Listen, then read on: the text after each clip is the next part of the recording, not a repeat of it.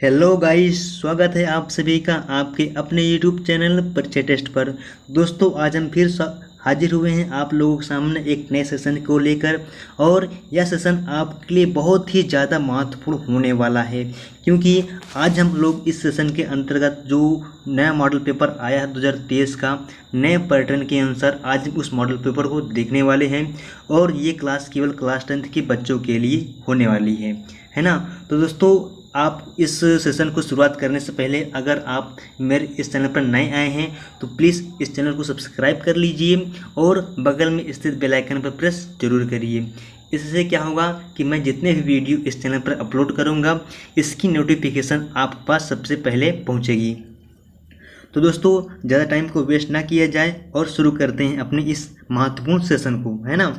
तो चलिए देख लेते हैं। कुछ महत्वपूर्ण निर्देश दिया है परीक्षार्थियों को पढ़ने के लिए 15 मिनट पहले। आइए पहले उसको देख लेते हैं कि इसका पैटर्न किस तरह का है। दोस्तों, इसमें जो आपका प्रश्न पत्र रहता है, ये प्रश्न पत्र आपका 2 खंडों में विभक्त रहेगा। एक खंड आ में विभक्त है और एक खंड बा में विभक्त है ना। और जो खंड आ है, जो आपका जो नया पैटर्न, दोस्तों ये नया पैटर्न चेंज हुआ है ना। जो 2023 का पैटर्न आया है ये चेंज हुआ है। तो इसमें जो दोस्तों आपका पेपर है ये 2 खंडों विभक्त रहेगा, एक खंड आ में और एक खंड बा में, है ना। जो खंड आ में विभक्त है ये इसमें 20 प्रश्न रहेंगे और 20 का जो क्वेश्चन रहेगा, 20 क्वेश्चन कैसे रहेगा, बहुविकल्पी प्रश्न रहेगा। और प्रत्येक प्रश्न 1 नंबर का, प्रत्येक प्रश्न कैसे रहेगा, 1 नंबर का रहेगा, है ना। उसके बाद दोस्तों इस तरह से इसको आपको प्रत्येक नंबर एक मतलब प्रत्येक क्वेश्चन 1 नंबर का रहेगा। इस तरह से आपको यहाँ पे 20 नंबर मिल जाएगा। इसके बाद दोस्तों जो 50 नंबर बचता है आपका वर्णनात्मक प्रश्न रहेगा और ये खंड बा में रहेगा। किस में रहेगा? खंड बा में रहेगा। और इसके अलावा 5वां क्या है दोस्तों कि प्रत्येक प्रश्न के सम्मुख उसके अंक दिए जाएंगे, है ना। तो चलिए अपने इस पेपर को शुरुआत करते हैं। खंड आ को देखते हैं। कौन सा खंड? खंड आ को देख लेते हैं। क्या रहेगा इसमें? बहुविकल्पी प्रश्न रहेगा, है ना। तो दोस्तों चलिए इसकी शुरुआत करते हैं और इस वीडियो को लाइक करिएगा। तो पहला क्वेश्चन क्या है? हिंदी का प्रथम उपन्यास कौन सा है? हिंदी का प्रथम उपन्यास कौन सा है? तो इसका करेक्ट आंसर क्या हो जाएगा? परीक्षा गुरु आपका करेक्ट आंसर हो जाएगा। परीक्षा गुरु प्रथम उपन्यास माना जाता है। और बात करें इसके लेखक की, इसके रचनाकार की बात करें दोस्तों तो इसके लेखक हैं लाला श्री निवास दास। कौन है? लाला श्री निवास दास क्या है? इसके लेखक हैं, है ना दोस्तों। लाला श्री निवास दास इसके लेखक हैं। किसके? परीक्षा गुरु के। इम्पोर्टेंट है कि ये हिंदी का प्रथम उपन्यास माना जाता है। चलिए अपने नेक्स्ट क्वेश्चन की ओर बढ़ते हैं। अगला क्वेश्चन क्या कह रहा है कि हिंदी की प्रथम कहानी कौन सी है? Important question. आपको ये पूरा मॉडल पेपर ही इम्पोर्टेंट है दोस्तों, क्योंकि ये एक नया मॉडल पेपर आया है जो कि सन 2023 का है ना। और इसमें नया नया पैटर्न चेंज हुआ है। तो बात करें दोस्तों हिंदी की प्रथम कहानी कौन सी है, तो हिंदी की प्रथम कहानी है इंदुमती। कौन सी है? इंदुमती। और इसके लेखक की बात करें दोस्तों, इसके लेखक है किशोरीलाल गोस्वामी। कौन है? किशोरीलाल गोस्वामी जी क्या है? इसके लेखक हैं। ये इम्पोर्टेंट है, इसके लेखक कौन है ना। किशोरीलाल गोस्वामी जी से क्या है? लेखक हैं। इतना आ गया दोस्तों। और इसमें आपको पता होगा क्या कि कफन किसकी है? प्रेमचंद जी की रचना है। और जो ममता है, ममता जयशंकर प्रसाद जी की रचना है। आपको ये इतना कन्फर्म होगा ही, है ना। चलिए आगे बढ़ते हैं। आगे क्वेश्चन क्या कह रहा है कि निम्न में से कौन सी शुक्ल युग की पत्रिका है? आपको दोस्तों बताना है इसमें से कि कौन सी इसमें शुक्ल युग की पत्रिका है और कौन सी नहीं है। तो दोस्तों इसमें जो शुक्ल युग की पत्रिका है वो कौन सी है? चांद है। कौन सी है? चांद। क्योंकि जो चांद पत्रिका है, चांद पत्रिका का संपादन महादेवी वर्मा ने किया। किसने किया? महादेवी वर्मा ने किया है ना। और महादेवी वर्मा जो दोस्तों हैं ये छायावादी युग की बहुत ही महत्वपूर्ण कवियत्री हैं। और छायावादी युग को ही दोस्तों कहा जाता है शुक्ल युग। कहा जाता है शुक्ल युग, कहा जाता है छायावादी युग को ही, है ना। तो दोस्तों यहाँ पे देखो एक से एक कड़ी जुड़ती चली गई है। जो चांद पत्रिका है महादेवी वर्मा द्वारा संपादित होती है और महादेवी वर्मा छायावादी युग की 4 स्तंभों में महत्वपूर्ण अपना स्थान रखती हैं। और जो छायावादी युग है, छायावादी युग को ही शुक्ल युग कहा जाता है। Very important question for you and आपके एग्जाम के लिए भी, है ना। तो कौन सी पत्रिका हो गई? चांद पत्रिका शुक्ल युग की पत्रिका होगी। और बात करें दोस्तों हंस के, तो हंस के संपादक कौन है? प्रेमचंद्र जी हैं। कौन है? प्रेमचंद जी हंस के संपादक हैं। और अगला क्या है दोस्तों, विशाल भारत। क्या है, विशाल भारत। विशाल भारत के दोस्तों आपके 2 लेखक मिल जाएंगे। पहले बात करें तो पहले है श्री राम शर्मा। कौन लेखक आपको मिलेंगे, श्री राम शर्मा, आपको इसका एक लेखक मिल जाएगा। और दूसरा जो लेखक मिल जाएगा आपको आचार्य चतुर्सेन शास्त्री। कौन, आचार्य चतुर्सेन शास्त्री आपको सेकेंड मिल जाएंगे, है ना। यानी आपको जो विशाल भारत रचना दोस्तों आपको 2 लेखकों के नाम मिल सकते हैं। तीसरा क्या, जो चौथा है दोस्तों, चौथा क्या है, छाया पत्रिका। छाया पत्रिका का संपादन पद्मलाल पूनालाल बख्शी ने किया। किसने किया, पद्मलाल पूनालाल बख्शी ने किया है। इतना समझ में आया दोस्तों। आगे बढ़ते हैं। आगे क्वेश्चन क्या है कि एकांकी सम्राट किसे कहा जाता है, यानी एकांकी का सम्राट किसे कहा जाता है, तो वो कहा जाता है रामकुमार वर्मा। रामकुमार वर्मा जी को एकांकी का सम्राट कहा जाता है। चलिए आगे बढ़ते हैं। अगला क्वेश्चन क्या है उसको देख लेते हैं। अगला क्वेश्चन है कि नागरिक प्रचारणी सभा के संस्थापक थे। जो नागरिक प्रचारणी सभा है दोस्तों, ये इसके संस्थापक कौन है, तो इसके संस्थापक की बात करें दोस्तों तो ये है श्याम सुंदर दास जी। कौन है, श्याम सुंदर दास जी इसके संस्थापक हैं। और दोस्तों इसमें नागरिक प्रचारणी सभा से बात करें दोस्तों तो ये द्विवेदी युग में स्थापित की गई थी। किस युग में, द्विवेदी युग में इसकी स्थापना हुई थी। और इसके संस्थापक कौन है, श्याम सुंदर दास जी इसके संस्थापक हैं। अगला क्वेश्चन क्या है दोस्तों उसको देख लेते हैं कि जो आनंद कदामनी है इसके संपादक कौन है, इसके संपादक कौन थे। और बात करें दोस्तों क्या कि आनंद कदामनी एक पत्रिका है। क्या है, पत्रिका है। और इसके संस्थापक की बात करें दोस्तों, इसके संस्थापक हैं बद्री नारायण चौधरी प्रेमघन जी, इसके क्या है, संपादक हैं। अगला क्वेश्चन क्या है कि सरस्वती पत्रिका के संपादक हैं। जो सरस्वती पत्रिका है इसके संपादक कौन है, तो इसके संपादक की बात करें दोस्तों तो इसके संपादक हो जाएंगे महावीर प्रसाद द्विवेदी, इसके संपादक हो जाएंगे। इसके अलावा दोस्तों अगर इसके हम प्रथम संपादक की बात करें तो इसके प्रथम संपादक हैं कौन, श्याम सुंदर दास जी इसके प्रथम संपादक हैं। इन्होंने संपादन का कार्य सन 1900 में किया। कब किया, 1900 में किया। और 1900 ईस्वी में ही सरस्वती पत्रिका क्या हुई, संपादित होना प्रारंभ हो गई थी। और दोस्तों जो महावीर प्रसाद द्विवेदी जी बने ये 1903 ईस्वी को क्या हुए, सरस्वती पत्रिका के संपादक बने 1903 ईस्वी को। और दोस्तों यहाँ पे श्याम सुंदर दास जी आंसर इसलिए नहीं हुआ क्योंकि जो श्याम सुंदर दास जी थे यहाँ पर बहुत ही कम समय यानी केवल मात्र 3 साल तक ही क्या हुए, 3 साल तक इन्होंने संपादन कार्य किया। बाकी के वर्षों में पूरा का पूरा इन्होंने किसने किया, महावीर प्रसाद द्विवेदी जी ने इसका संपादन कार्य किया। इसलिए यहाँ पर अगर आपको ऑप्शन में श्याम सुंदर दास जी और महावीर प्रसाद द्विवेदी दोनों जी मिल जाए तो आपको प्रायोरिटी देना है महावीर प्रसाद द्विवेदी को आपको प्रायोरिटी देना है। श्याम सुंदर दास जी की बात तब आएगी जब यहाँ पर सरस्वती पत्रिका के पहले संपादक की बात की जाएगी, तब नाम किसका आएगा, श्याम सुंदर दास जी का नाम आएगा। लेकिन अगर पहला नहीं पूछ रहा है, अगर सिंपल से पूछ रहा है कि सरस्वती पत्रिका के संपादक कौन है तो कौन हो जाएगा, महावीर प्रसाद द्विवेदी हो जाएगा। इतना कंफर्म हुआ। अगले क्वेश्चन की ओर बढ़ते हैं। अगला क्वेश्चन क्या है, बहुत ही इंपॉर्टेंट कथन से रिलेटेड है कि इसमें से कौन सा कथन सही है, आपको ये बताना है। तो पहला कथन क्या है दोस्तों कि ध्रुव स्वामिनी नाटक के लेखक डॉक्टर रामकुमार वर्मा जी हैं। आप ही बताइए इसमें से क्या जो ध्रुव स्वामिनी है इसके जो ये नाटक है, नाटक के लेखक रामकुमार वर्मा जी हैं। बिल्कुल गलत। क्या, बिल्कुल गलत। क्यों गलत है, क्योंकि जो ध्रुव स्वामिनी रचना है ये जयशंकर प्रसाद जी किसकी है, जयशंकर प्रसाद जी की रचना है। और लेकिन यहाँ पर लिखा क्या है, यहाँ पर लिखा है राजकुमार वर्मा, इसलिए ये कथन क्या हो गया आपका, गलत हो गया। अगला क्वेश्चन क्या है कि क्या भूलूं क्या याद करूं उपन्यास विधा की रचना है। ये तो बिल्कुल गलत है ना। क्यों गलत है, क्योंकि जो क्या भूलूं क्या याद करूं रचना है दोस्तों ये उपन्यास नहीं है, ये क्या है, एक आत्मकथा है। क्या है ये, आत्मकथा है ना। क्या है, एक आत्मकथा है। और बात करें दोस्तों इसके लेखक की, किसके, क्या भूलूं क्या याद करूँ, क्या भूलूं क्या याद करूँ की इसके अगर लेखक की बात करें दोस्तों तो ये है लेखक हरिवंश राय बच्चन जी। कौन है, हरिवंश राय बच्चन जी क्या है, इसके लेखक हैं, है ना।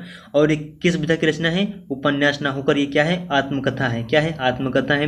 लेकिन यहाँ पे लिखा क्या है दोस्तों, उपन्यास लिखा है, इसलिए ये तो कथन पहले से गलत था, ये भी क्या हो गया, गलत हो गया।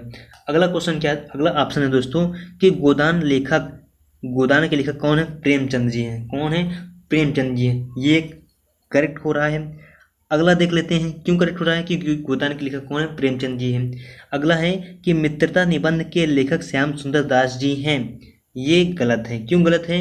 कि जो मित्रता निबंध है दोस्तों, ये श्याम सुंदर दास जी इसके लेखक नहीं हैं। इसके लेखक हैं किसके? मित्रता के लेखक हैं आचार्य रामचंद्र शुक्ल। कौन है? आचार्य रामचंद्र शुक्ल जी क्या है? इसके लेखक है। किसके? मित्रता के लेखक कौन है? आचार्य रामचंद्र शुक्ल हैं। लेकिन यहाँ पर लिखा क्या है कि डॉक्टर श्याम सुंदर दास, इसलिए ये भी कथन क्या हो गया? ये भी गलत हो गया, और ये भी गलत हो गया, और ये भी गलत हो गया। करेक्ट कौन सा हो जाएगा? आपका सी वाला। सी क्या हो जाएगा? आपका करेक्ट आंसर हो जाएगा, है ना। चलिए आगे बढ़ते हैं। अगला क्वेश्चन क्या है दोस्तों? कि शोक विलोक सब रो वही रानी, रूप राशि बल तेज बखानी में कौन सा रस है? दोस्तों अगर आप इस पंक्ति को पढ़ेंगे ही तो आपको इससे पता चल जाएगा, इसके भाव से पता चल जाएगा इसमें कौन सा रस आ रहा है ना। शोक विलोक सब रोवई रानी, है ना, इससे पता चल रहा है कि इसमें कौन सा भाव आ रहा है? करुण का भाव आ रहा है ना, कि वहाँ पर शोक मना रहे हैं, रो रहे हैं रानियाँ, है ना, सब उसको बखाने रहे हैं, है ना। तो यहाँ पे कौन सा रस आ रहा है दोस्तों? करुण रस। कौन सा रस है? करुण रस, है ना। नेक्स्ट क्वेश्चन क्या है दोस्तों? कि इसमें आपको बताना है जो आए है, जय सुमिरत सिद्धि हुई गणनायक करी और बदन। आपको इसमें बताना है कि इसमें कितनी मात्राएं हैं, कितनी मात्राएं हैं। तो दोस्तों मात्राएं होने लगाने का तरीका ये है, अगर छोटी मात्राएं हैं जैसे ई उ छोटा आ है, इसके लिए लगता है सिंगल सा, ऐसे लगता है ना, है ना। और दूसरा जो अगर बड़ी मात्रा आ जाती है तो उसके लिए इस तरह सिंबल लगता है। कैसे लगता है? इस तरह क्या लगता है? सिंबल लगता है ना। तो दोस्तों और बात कर लें, इसको बोलता है एक, अगर गिनेंगे तो इसको एक बोलेंगे, इसको बोलेंगे दो। क्या बोलेंगे? दो। और दो किसके लिए लगेगा? बड़ी मात्राओं के लिए। तो यहाँ पर देख लेते हैं कि जय में क्या हो जाएगा? सिंगल मात्रा आ जाएगी। ही भी छोटी मात्रा है, यहाँ पर सिंगल मात्रा आ जाएगी। सुमिरत में छोटा ऊ है, यहाँ पर सिंगल मात्रा आ जाएगी। और मी में छोटा मतलब मी में छोटी ई की मात्रा है, यहाँ भी एक मात्रा आ जाएगी, है ना। सुमिरत में भी एक मात्रा आ जाएगी, क्योंकि इसमें भी एक मात्रा, इसमें भी एक मात्रा और इसमें भी एक मात्रा, है ना। उसके बाद दोस्तों सीधी में छोटी एक मात्रा है, इसमें छोटी एक मात्रा है। हो क्या है? अब यहाँ पे बड़ी एक मात्रा आ जाएगा। यहाँ पे आप दो का भाव निकलेगा। किसका भाव निकलेगा? दो वाला भाव निकलेगा यहाँ पे, है ना। जो यहाँ पे दो मात्रा लगेगी। यहाँ पे दोस्तों दो मात्राएं नहीं, मार्कर नहीं चल रहा है दोस्तों, यहाँ पे मार्कर नहीं चल रहा है, थोड़ा रुक जाओ, वेट करिए। यहाँ पे दो मात्रा रहेंगी। कितनी मात्रा रहेंगी? दो मात्रा रहेंगी। यहाँ पे एक मात्रा रहेगी दोस्तों, यहाँ पे एक मात्रा दो मात्रा, क्योंकि यहाँ बड़ी मात्रा आ गई है ना। यहाँ पे एक मात्रा आ गई, यहाँ पे एक मात्रा है, यहाँ पे एक मात्रा है, यहाँ पे एक मात्रा, सब यहाँ पे सिंगल मात्रा रहेगी, है ना। अब आइए इसको जोड़ लेते हैं। 1 2 3 4 5 6 7 8 8 10 11 12 13 14 15 16 17 18 19 20 21 22 23 24। टोटल कितनी मात्राएं हुई दोस्तों? यहाँ पे टोटल हुई 24 मात्राएं। कितनी? 24 मात्राएं होंगी। यहाँ पे आपका आंसर ऑप्शन क्या हो जाएगा? सी क्या हो जाएगा? आपका करेक्ट आंसर हो जाएगा। इसमें से जो दोस्तों हैं, जैसे मेरे शुद्ध हुई गणनायक करीबर बदन में आपका 24 मात्राएं आ रही हैं। आपका करेक्ट आंसर क्या हो जाएगा? 24। अगला क्वेश्चन क्या है दोस्तों? ईयर नंबर क्या है? चरण कमल बंदो हरिराई में किस अलंकार की अभिव्यक्ति है? चरण कमल बंदो हरिराई में दोस्तों किस अलंकार की अभिव्यक्ति है? तो इसमें है दोस्तों रूपक अलंकार। कौन सा अलंकार है? रूपक अलंकार है। रूपक अलंकार होता क्या है? जिसमें उपमेय और उपमान, है ना, जिसमें उपमेय और उपमान दोनों को एक रूपता दिखाई जाए। क्या दिखाई जाए? यानी जिसकी तुलना की जाए और जिससे तुलना की जाए, जिसकी तुलना की जाए और जिस वस्तु से तुलना की जाए, दोनों को ही समान बता दिया जाए। क्या बता दिया जाए? समान ही बता दिया जाए। यहाँ क्या दोस्तों? चरण कमल बंदो हरिराई। दोस्तों जो चरण है कमल ही है, जो चरण है वो कमल है ना, दोनों को समान बता दे रहा है। तो यहाँ पे कौन सा अलंकार हो जाएगा दोस्तों? रूपक अलंकार। अगला क्वेश्चन क्या है दोस्तों? कि त्रिफला का समास विग्रह है। त्रिफला का समास विग्रह है। त्रिफला यानी दोस्तों तीन फलों का समूह। त्रिफला यानी तीन फलों का समूह। आपका करेक्ट हो जाएगा क्या? ए नंबर। अगला क्वेश्चन क्या है दोस्तों? अगला क्वेश्चन है कपड़ा का तत्सम क्या है? यहाँ पे आपको कपड़ा का तत्सम बताना है। क्या बताना है? कपड़ा का तत्सम। तो कपड़ा का तत्सम हो जाएगा दोस्तों करपट। क्या हो जाएगा? करपट कपड़ा का तत्सम हो जाएगा। आइए देख लेते हैं अगला क्वेश्चन। अगला क्वेश्चन दोस्तों ये है कि अग्नि का पर्यायवाची है।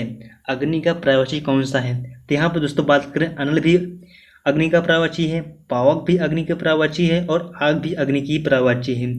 इस तरह से आपका करेक्ट आंसर हो जाएगा डी, उक्त सभी क्या हो जाएगा, यानी अनल, पावक, आग तीनों क्या है, अग्नि की पर्यायवाची हैं। नेक्स्ट क्वेश्चन क्या है दोस्तों कि पेड़, तरु, द्रुम आदि कहलाते हैं। आपको ये दोस्तों बताना है इसमें कि पेड़, तरु और द्रुम जो है ये क्या कहलाते हैं। तो दोस्तों इसमें जो पेड़, तरु, द्रुम है ये सभी एक दूसरे के पर्यायवाची हैं, यानी पेड़ के पर्यायवाची तरु और द्रुम है ना। इस तरह से आपका करेक्ट आंसर क्या हो जाएगा, पर्यायवाची, क्या हो जाएगा, पर्यायवाची, यानी पेड़, तरु, द्रुम आपस में क्या है, सभी पर्यायवाची हैं। अगला क्वेश्चन क्या है दोस्तों, अगला क्वेश्चन ये है कि मधुवरी में कौन सी संधि है। जो मधुवरी ही है इसमें आपको बताना है कौन सी संधि है ना दोस्तों। तो इसमें दोस्तों आपकी संधि है कौन सी, यण, कौन सी संधि है, यण। और दोस्तों आपको इसमें एक इम्पोर्टेंट बात हम ये बता दें कि आपके क्लास 10th में केवल 2 ही संधि पूछता है, एक यण संधि और एक वृद्धि संधि। कौन संधि पूछता है, एक यण संधि और एक वृद्धि संधि पूछता है। इस तरह से आपके लिए बहुत ही सिंपल हो गया है कि आप इसमें से 2 संधि को अच्छे से लर्न कर लीजिए, आपका पॉइंट यानी एक नंबर फिक्स हो जाएगा, है ना। इस तरह से मधुवरी में कौन सा संधि हो जाएगा, यण संधि। आगे बढ़ते हैं दोस्तों, आगे क्या है कि तथैव का संधि विग्रह क्या है। जो तथैव दोस्तों है ये इसका संधि विग्रह बताना है। तो तथैव का संधि विग्रह हो जाएगा तथा प्लस एव, क्या हो जाएगा, तथा प्लस एव क्या हो जाएगा, संधि विग्रह हो जाएगा। और संधि की बात करें दोस्तों इसमें संधि है वृद्धि संधि। कौन संधि है इसमें, वृद्धि संधि क्या दोस्तों इसमें है। अब बढ़ते हैं दोस्तों अपने अगले क्वेश्चन में। अगला क्वेश्चन क्या कह रहा है कि फलेषु किस विभक्ति व वचन का रूप है। जो फलेषु दोस्तों ये फलेषु किस विभक्ति में आएगा और किस वचन में आएगा। तो दोस्तों जो फलेषु है ये फलेषु आएगा आपका सप्तमी विभक्ति एक वचन, सप्तमी विभक्ति एक वचन में आएगा कौन सा, फलेषु, है ना। ये इंपॉर्टेंट है, आपको ये पढ़कर जाना है, क्योंकि जब तक आप इसको याद नहीं करेंगे तब तक आपको ये मार्क्स नहीं मिल पाएगा, है ना। तो ये दोस्तों जो फलेषु है, फलेषु आपकी सप्तमी विभक्ति में पड़ेगा और ये कौन सा है, ये एक वचन है। क्या है, एक वचन है ना। अगला क्वेश्चन क्या है दोस्तों, अगला क्वेश्चन है कि पठुत किस प्रकार, किस लकार का रूप है। जो पठुत हुए किस लकार का रूप है आपको ये बताना है। तो जो पठुत दोस्तों ये पठतु है लोट लकार का रूप है। किस प्रकार का, किस लकार का रूप है, ये लोट लकार का रूप है। अगला क्वेश्चन क्या है दोस्तों कि दृश्यति किस पुरुष व वचन का रूप है। जो दृश्यति है किस लकार, आपको इसमें लकार बताना है, पुरुष बताना है और वचन बताना है, तीनों बताना है ना। लकार भी बताना है, पुरुष भी बताना है और वचन भी बताना है। तो दोस्तों अगर दृश्यति की बात करें तो ये लकार की बात करें तो ये लट लकार है। कौन सा है, लट लकार है। पुरुष की बात करें तो ये प्रथम पुरुष है और वचन की बात करें दोस्तों ये एक वचन है। तो आपका करेक्ट आंसर क्या हो जाएगा, बी, क्या हो जाएगा, बी। तो दोस्तों इस तरह से आपका जो खंड आ था समाप्त होता है और ये जो 20 नंबर का था बहुविकल्पी प्रश्न था यही पर समाप्त होता है। आपको इस तरह से यहाँ पर 20 का 20 मार्क्स लाना है। तो इस तरह से आया आपका एक प्लस पॉइंट रहेगा बहुविकल्पी प्रश्न के रूप में। दोस्तों बहुविकल्पी प्रश्न हुए होता क्या है, आंसर आपके आंखों के सामने रहता है, बस आपको उसको चूज करना रहता है कि आपका करेक्ट आंसर क्या होगा, है ना। अब बढ़ते हैं अपने वर्णनात्मक क्वेश्चन की ओर। खंड बा में वर्णनात्मक क्वेश्चन आते हैं, है ना। पहले आपको गद्यांश दिया है, क्या दिया है, गद्यांश दिया है कि निम्नलिखित गद्यांश पर आधारित 3 प्रश्नों का आपको उत्तर देना है और प्रत्येक जो आपका क्वेश्चन है 2-2 मार्क्स का है, इसलिए 3 दूना कितना हो जाएगा, 6। कितना हो गया, 6। तो दोस्तों आइए पहले इसको पढ़ लेते हैं। आपका हमारा गद्यांश है क्या, मित्र का कर्तव्य इस प्रकार बताया गया है, उच्च और महान कार्य में हर प्रकार का सहायता देना, मन बढ़ाना और साहस दिलाना कि तुम अपने निज के स्वार्थ से बाहर काम कर जाओ। यह कर्तव्य उसी से पूरा होगा जो दृढ़ चित्र और सत्य संकल्प का हो। इससे हमें ऐसे ही मित्रों की खोज में रहना चाहिए जिसमें हमसे अधिक आत्मबल हो। हमें उनका पल्ला उसी तरह पकड़कर चलना चाहिए जिस तरह सुग्रीव ने राम का पल्ला पकड़ा था। आगे क्या दोस्तों, आगे है कि मित्र तो प्रतिष्ठित और शुद्ध हृदय के हो, मृदुल और पुरुषार्थी हो, शिष्ट और सत्यनिष्ठ हो, जिससे हम अपने को उनके भरोसे पर छोड़ सकें और यह विश्वास कर सकें कि उनसे किस प्रकार का धोखा ना हो, उनसे किसी भी प्रकार का धोखा ना हो। तो दोस्तों यहाँ पे देखो पहला क्वेश्चन क्या है कि उपयुक्त गद्यांश का संदर्भ बताना है। क्या बताना है? यहाँ पे संदर्भ बताना है आपको। दोस्तों अगर किसी भी गद्यांश का संदर्भ बताना है तो उस गद्यांश के हमको लेखक पता होने चाहिए और साथ ही साथ हमको ये पता होना चाहिए कि ये गद्यांश किस चैप्टर से लिया गया है। तो दोस्तों अगर आप किसी भी गद्यांश को पढ़ेंगे तो आप उस चैप्टर को पढ़े होंगे तो वहाँ पे आपको कुछ न कुछ की के रूप में जरूर देता है, की के रूप में जरूर देता है, कोई ना कोई पॉइंट छोड़ा जरूर रहता है जिससे आपको पता चल जाएगा कि ये इस चैप्टर से लिया गया है। तो दोस्तों यहाँ पे एक प्रकार से देखा जाए तो मित्र की बात हो रही है। किसकी बात हो रही है? मित्र की बात हो रही है ना, मित्र की बात हो रही। दर्ज अगर आपको जगह मिल जाएगा मित्र की बात ना।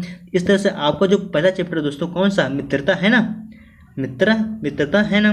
तो उस चैप्टर के लेखक कौन है? उस चैप्टर के लेखक हैं आचार्य रामचंद्र शुक्ल। कौन है? आचार्य रामचंद्र शुक्ल। याद करिए, है ना पहला चैप्टर मित्रता। इसके लेखक कौन है? आचार्य रामचंद्र शुक्ल जी इसके लेखक हैं। तो अगर आपको इसका संदर्भ लिखना है, संदर्भ इसके लिए कैसे लिखना है? प्रस्तुत गद्यांश हमारी पाठ्य पुस्तक गद्य खंड से, है ना, गद्य खंड के मित्रता नामक चैप्टर से उद्धृत है या मित्रता नामक पाठ्यक्रम से उद्धृत है और इसके लेखक आचार्य रामचंद्र शुक्ल जी हैं। इस तरह से क्या हो जाएगा? आपका ये संदर्भ हो जाएगा। और दोस्तों इसमें जहाँ जहाँ रेखांकित अंश है आपको इसकी व्याख्या करना है। जहाँ जहाँ ये रेखांकित अंश हम यहाँ पे किए हैं दोस्तों, यहाँ पे देख लीजिए आपको ये रेखांकित अंश मिल रहा है। इसको आपको अपने लैंग्वेज में का यूज करते हुए आपको इसको यहाँ पे लिख देना है। और थर्ड क्वेश्चन क्या दोस्तों? थर्ड क्वेश्चन देख लेते हैं। मित्र का कर्तव्य कैसा होना चाहिए? मित्र का कर्तव्य कैसा होना चाहिए? आपको इसमें अगर आप गद्यांश पढ़ेंगे यहाँ पे तो आपको यहाँ पे मिल जाएगा कि मित्र का कर्तव्य कैसा होना चाहिए। यहाँ पे कह रहा है कि मित्र का कर्तव्य इस प्रकार बतलाया गया है कि वह उच्च और महान कार्य में हर तरह सहायता देने वाला होना चाहिए, मन बढ़ाने वाला होना चाहिए और साहस दिलाने होने चाहिए, है ना। और क्या होना चाहिए? अपने निजी स्वार्थ से बाहर काम करने वाला होना चाहिए, है ना। इस तरह से मित्र का कर्तव्य क्या होगा कि वह उच्च और महान कार्य में हम हर तरह का सहायता देना चाहिए और मेरे उत्साह को बढ़ाना चाहिए और साहस दिलाना चाहिए। क्या है? मित्र का कर्तव्य हो गया। इसके लिए दोस्तों आपको 2 मार्क्स मिलेगा और इसके लिए 2 नंबर मिलेगा और इसके लिए 2 नंबर मिला। इस तरह से टोटल आपको कितना मार्क्स हो जाएगा? 6 मार्क्स। कितना हुआ? 6 मार्क्स। आगे दोस्तों आपको अथवा करके दिया है, इसमें भी आपको चाहे आप उसको करिए चाहे इसको करिए। दोस्तों अगर बात करें इसका तो कितना जीवन बरस पड़ा इन दीवारों पर जैसे फसाने अजायब का भंडार खुला पड़ा हो। कहानी से कहानी बनती चली गई, बंदरों की कहानी, हाथियों की कहानी, हिरणों की कहानी, कहानी क्रूरता और भय की, दया और त्याग की। जहाँ बेरहमी है वहीं दया की समुद्र उमड़ पड़ा है, जहाँ पाप है वहीं क्षमा का सोता फूट पड़ा है। राजा और कंगले, विलासी और भिक्षु, नर और नारी, मनुष्य और पशु, सभी कलाकारों के हाथों में सिरस्ते चले गए हैं। हैवान की हैवानी को इंसानों की इंसानियत जैसे कैसे जीता है, कोई अजंता में जाकर देखें। तो दोस्तों यहाँ पे एक हिंट ये छोड़ दिया है, क्या? लास्ट में अजंता। क्या छोड़ दिया? अजंता से आपको पकड़ना है कि आपका चैप्टर कौन सा हुआ? अजंता, है ना। क्लास 10 में एक चैप्टर कौन सा? अजंता है ना। और इसके लेखक कौन है? भगवत शरण उपाध्याय जी। कौन है? भगवत शरण उपाध्याय जी क्या है? इसके लेखक हैं। तो अगर आपको गद्यांश लिखना ही है तो कैसे लिखेंगे? प्रस्तुत गद्यांश हमारी पाठ्य पुस्तक हिंदी गद्य खंड के अजंता से उद्धृत है। इसके लेखक डॉक्टर भगवत शरण उपाध्याय जी हैं। इस तरह से आपको मिलेगा 2 नंबर, है ना। आपको 2 नंबर मिल गया। अब दोस्तों इसमें करना है जो रेखांकित अंश है उसको अपने शब्दों में उसका प्रयोग कर देना है। और इसमें थर्ड क्वेश्चन क्या है दोस्तों कि दीवारों पर बने चित्र किन किन से संबंधित हैं। जो दीवार पर चित्र बने दोस्तों आपको इसमें बताना है कि किस किस चित्रों की यहाँ पे वर्णन किया गया है। तो दोस्तों जो यहाँ पे दीवारें हैं, दीवार बनी है, बहुत सारी कहानियाँ बताई गई हैं। क्या बताई? कहानी बताई गई हैं, जैसे बंदरों की कहानी बताई गई, हाथियों की कहानी बताई गई, हिरणों की कहानी बताई गई है और जो कहानी बताई गई क्रूरता और भय की कहानी बताई गई है, दया और त्याग की कहानी बताई गई है ना। इस तरह से आप क्या हो जाएगा? आंसर ये हो जाएगा। अब दोस्तों बात करते हैं अपने अगले क्वेश्चन की ओर। अगला क्वेश्चन ये कह रहा है कि दिए गए पद्यांश का आधारित 3 क्वेश्चन इसमें दिया रहेगा। दोस्तों इसमें तीन यानी 6 नंबर दिया रहेगा आपको गद्यांश के लिए और 6 नंबर देगा आपको पद्यांश के लिए, है ना। तो इसमें दोस्तों क्वेश्चन क्या है इसको देख लेते हैं। इसमें भी जो पद दिया है, पैराग्राफ दिया है, इसको पढ़ते हैं हम लोग। इसमें क्या दिया है, निर्गुण कौन देश के वासी, मधुकर कहीं समझाए सौ दे, बूझती सांच न हासी। को है जनक, को है जननी, को है नारी, को दासी, कैसे बरन भेष है कैसो, कीनी रसमय अभिलाषी, पावैगो पुण्य कियो आपनो, जो रे करेगो गासी, सुनत मौन है रहियो बावरो, सुर सब मति नासी।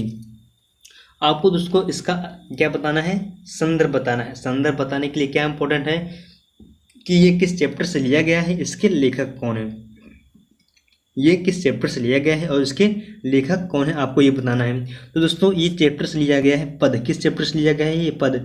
और दोस्तों पद की खासियत ये है कि इसके लेखक कौन, पहले देख लेते हैं। इसके लेखक हैं सूरदास जी। कौन है, इसके लेखक हैं सूरदास जी।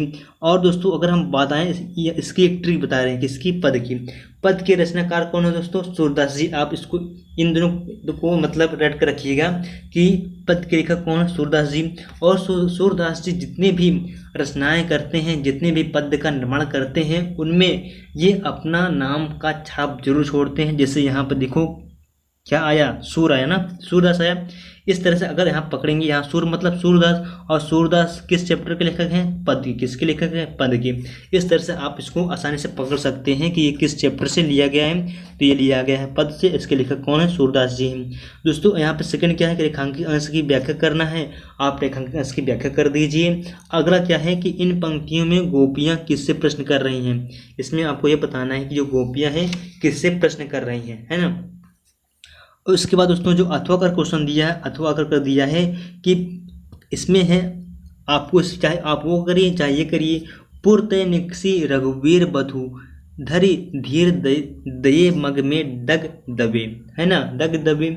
उसके बाद है जल की भगी भाल कनी जल की, पटु सुख गए मधुरा धर वे, फिर बूझती चलनो अब केतची, पूर्ण कुटी करितो कित है। इसके बाद दोस्तों है क्या, इसके बाद देख लेते हैं कि ती की लखी आतुरता, पी की आखियाँ अति, चार चली जा चलावे, है ना। इस तरह से बताना है आपका, इसका पद्यांश बताना है, सॉरी मतलब गद्यांश, इसका संदर्भ बताना है, इस पद्यांश का संदर्भ बताना है। दोस्तों यहाँ पर बात की जा रही है किसकी, राम भगवान की, है ना। जो भगवान है कौन, श्री रामचंद्र जी हैं, इनके बारे में बात की जाती है। तो इनसे रिलेटेड जो चैप्टर है आपका कौन सा है, एक धनुष भंग है और वन पथ पर। कौन है, वन पथ पर। लेकिन दोस्तों ये जो पैराग्राफ है ना, ये पैराग्राफ लिया गया है वन पथ पर। कहाँ से लिया गया है, वन पथ से चैप्टर से लिया गया है। और इसके लेखक कौन है, तुलसीदास जी। कौन है, तुलसीदास जी क्या है, इसके लेखक हैं। तो इस तरह से आप इसका क्या लिख सकते हैं, संदर्भ लिख सकते हैं। प्रस्तुत पद्यांश हमारी पाठ्य पुस्तक काव्यखंड से, कहाँ से, काव्यखंड से, काव्यखंड के वन पथ से उद्धृत है। और इसके लेखक कौन है, तुलसीदास जी इसके लेखक हैं। अगला क्वेश्चन क्या दोस्तों, इसका रेखांकित अंश की व्याख्या कर दीजिए। इसके लिए आपको 2 नंबर मिलेगा। अगला क्वेश्चन दोस्तों क्या है, सीता जी की जो थकावट से उत्पन्न व्याकुलता को समझकर राम जी क्या दशा हुई, राम जी की क्या दशा हुई, ये आपका इसमें से आंसर छांटना है ना। तो इसके लिए दोस्तों आपको कितने नंबर मिल जाएंगे, 6 नंबर। अगला क्वेश्चन क्या है दोस्तों कि आपको यहाँ पे संस्कृत का गद्यांश दिया है, संस्कृत का गद्य दिया, आपको इसको पढ़ना है। और इससे पहले आपको इसमें इसका संदर्भ लिखना है। आपको संदर्भ लिखने के लिए 2 नंबर मिलेगा और इसका हिंदी अनुवाद करने के लिए आपको मिलेगा 3 नंबर। इस तरह से टोटल कितना हो जाएगा, 5 नंबर। तो दोस्तों हम यहाँ पे आपको सिंपल कर दे रहे हैं कि ये चैप्टर लिया गया है, ये चैप्टर लिया गया है जो भारतीय संस्कृति है, जो भारतीय संस्कृति है, ये चैप्टर वहाँ से लिया गया है। और इससे कैसा कर सकते हैं आप, इसका संदर्भ लिख सकते हैं, है ना। आपको संदर्भ लिखना क्या है कि प्रस्तुत गद्यांश हमारे पाठ्य पुस्तक संस्कृत खंड के भारतीय संस्कृति से उद्धृत है ना। इस तरह से आपको कितना नंबर मिल गया, 2 नंबर यहाँ से मिल जाएगा। और आपको इसका हिंदी अनुवाद कर लेना है, जिसके लिए आपको 3 नंबर मिल जाएगा। और अथवा करके इसमें दिया दोस्तों, अथवा करके क्या दिया है कि मानव जीवन से संस्करण संस्कृति। और ये भी दोस्तों, ये भी जो खंड काव्य है, ये भी भारतीय संस्कृति से लिया गया है। चाहे आप वो वाला करिए चाहे ये वाला करिए, आपकी इच्छा के अनुसार है। अगला क्वेश्चन क्या है दोस्तों कि दिए गए संस्कृत पद्यांशों में किसी एक का संदर्भ सहित व्याख्या करना है। जैसे दोस्तों इसके ऊपर जो हिंदी का था उसमें एक गद्यांश आता है और एक पद्यांश आता है, वैसे संस्कृत में भी है, संस्कृत में भी गद्यांश आएगा और पद्यांश आएगा। तो दोस्तों इसमें पहला पद्यांश क्या है, इसमें आपको क्या करना है, संदर्भ लिखना है। संदर्भ लिखने के साथ साथ आपको इसका हिंदी अनुवाद करना है। संदर्भ के लिए आपको मिलेगा 2 मार्क्स और जो अनुवाद करने पर, हिंदी अनुवाद करने पर आपको मिलेगा 3 मार्क। इसलिए 2 + 3 = कितना हो जाएगा, ये आपके 5 नंबर का है ना। तो दोस्तों पहला क्या है कि पहला है सर्वे भवन्तु सुखिनः सर्वे सन्तु निरामयाः सर्वे भद्राणि पश्यन्तु मा कश्चित् दुःख भाग् भवेत्। आपको दोस्तों इसका संदर्भ बताना है। संदर्भ हम बता दिए कि प्रस्तुत पद्यांश हमारे पाठ्य पुस्तक के संस्कृत खंड के कहाँ से, अब ये चैप्टर कहाँ से लिया गया दोस्तों, ये लिया गया है भारतीय संस्कृति से। कहाँ से लिया गया, ये भारतीय संस्कृति से लिया गया है ना। इस तरह से आपके संदर्भ हो जाएगा और आपको 2 मार्क्स मिल जाएगा। आपको इसमें से क्या करना है, इसका हिंदी अनुवाद कर देंगे, 3 नंबर और मिल जाएगा। इस तरह से टोटल कितना हो जाएगा, 5 नंबर। कितना हो गया, 5 नंबर। अगर दोस्तों इसके अर्थों की बात करें, अर्थों में क्या है, अर्थों में है मान हित्वा प्रियो भवति क्रोध हित्वा न सोचति काम हित्वार्थ भवति लाभ हित्वा सुखी भवेत। दोस्तों ये किस चैप्टर से लिया गया है, तो ये लिया गया है जीवन सूत्राणी से। कहाँ से लिया गया है, ये जीवन सूत्राणी से ये लिया गया है। और इस तरह से आप इसका क्या कर सकते हैं, आप इसका क्या लिख दीजिएगा, संदर्भ लिख दीजिएगा। संदर्भ लिखने से आपको 2 नंबर मिल जाएगा, है ना। अब बढ़ते हैं अपने अगले क्वेश्चन की ओर। अगला क्वेश्चन क्या दोस्तों, आपको ये बताना है कि अपने पठित खंड काव्य के आधार पर निम्नलिखित प्रश्नों में से किसी एक प्रश्न का आपको उत्तर देना है ना। दोस्तों आप जिस जिले से रिलेटेड हैं उस जिले का, जिस जिले से रिलेटेड हैं उस जिले का जो खंड काव्य है, उस खंड काव्य का केवल एक आंसर देने से आपको कितना नंबर मिल जाएगा, 3 नंबर।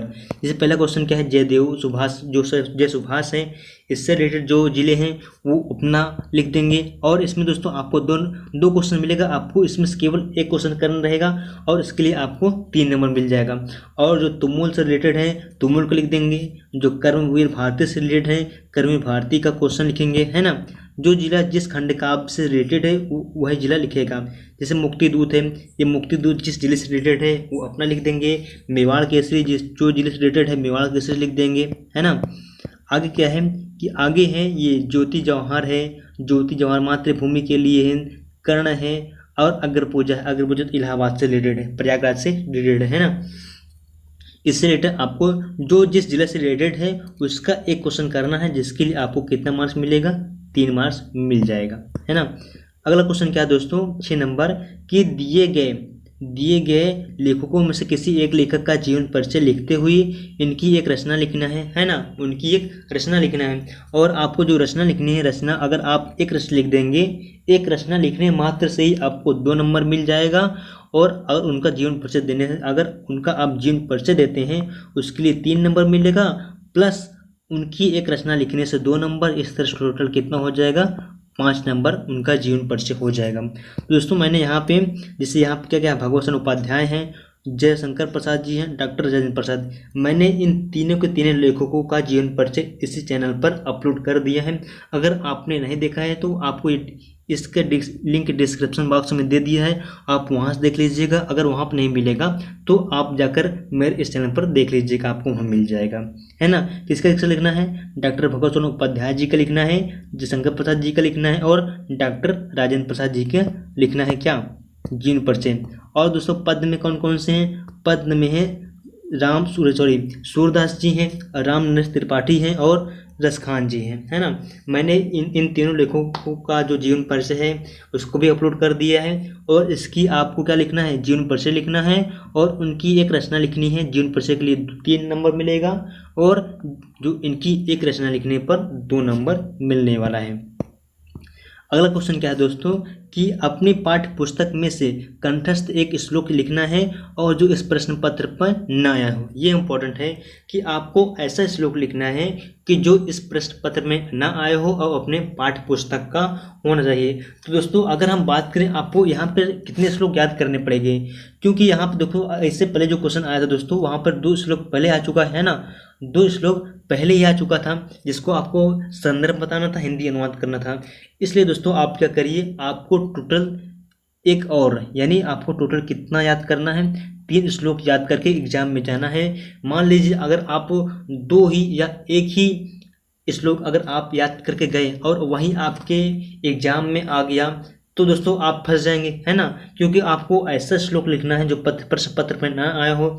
इसलिए क्या करिए, आपको दोस्तों तीन श्लोक याद करके जाना है, तभी आपको ये इसमें सफलता मिलेगी। क्योंकि मान लो अगर 2 क्वेश्चन आ ही गया आपके एग्जाम में पहले से ही हिंदी अनुवाद करने का, तो आपके पास एक ऑप्शन बच जाएगा, है ना, एक श्लोक लिखने का ऑप्शन बच जाएगा। इससे ये आपका सिंपल हो जाएगा और इसके लिए आपको मिलेगा टोटल 2 मार्क। कितना मिलेगा, 2 नंबर मिलने वाला है। अगला क्वेश्चन क्या है दोस्तों कि अब आपको यहाँ पे क्वेश्चन मिला है, आपको क्वेश्चन का आंसर देना है। ये आपके पाठ्यक्रम से रिलेटेड है। आपको दोस्तों यहाँ पे करना है कि इन्हीं 2 प्रश्नों का, इसमें दोस्तों 4 प्रश्न दिए हैं, इसमें से केवल 2 प्रश्न आपको करना है और प्रत्येक क्वेश्चन 2 नंबर का, इसलिए टोटल कितना हो जाएगा, 4 नंबर।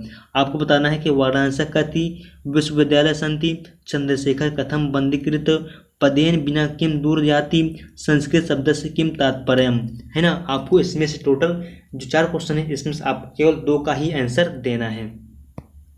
अगला क्वेश्चन क्या है दोस्तों, 9 नंबर अगला है कि निम्नलिखित में से किसी एक विषय पर निबंध लिखना है और जिस पर आप निबंध लिखेंगे वो कितने नंबर का दोस्तों, 9 नंबर का।